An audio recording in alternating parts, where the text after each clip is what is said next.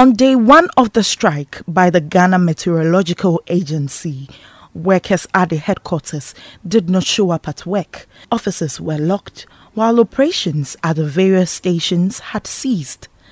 According to officials, the action was necessitated as a result of the non-payment of their risk allowances, rent, and also the dilapidated office structures they work in. We have been having a series of challenges over the years. So to cut a long story short, on the 7th of January, we wrote to the sector ministry enumerating the challenges. We enumerated a minimum of 4.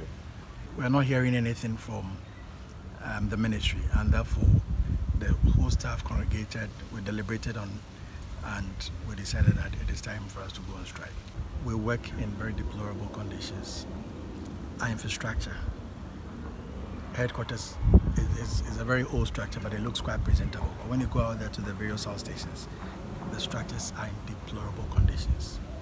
The Ghana Meteorological Agency, under the Ministry of Communication and Digitalization, has a long history in the country of being responsible, among other key things, of providing weather warnings, takeoffs and landing conditions for pilots, and disseminating information to the public on weather forecast on daily basis. What would be the real impact of the strike if it persists?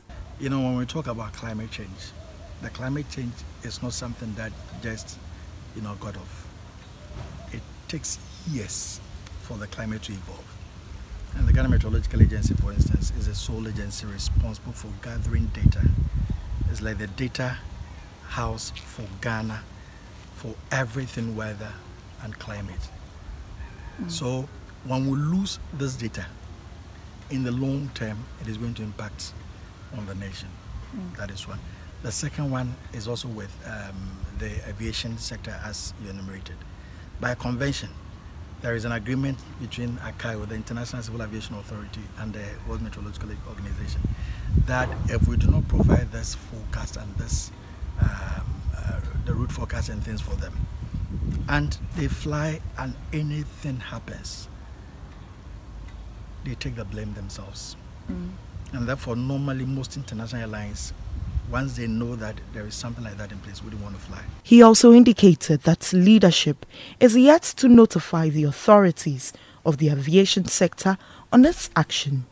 Meanwhile, the leadership says it is hopeful of a fruitful deliberation with the Ministry of Communications and Digitalization to address its concerns. The Deputy Minister was here.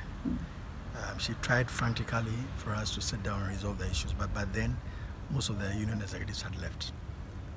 We are hoping that by what she did yesterday and by the little interactions I personally had with her, I am believing that we'll go into the meeting and we'll come out of the meeting successful.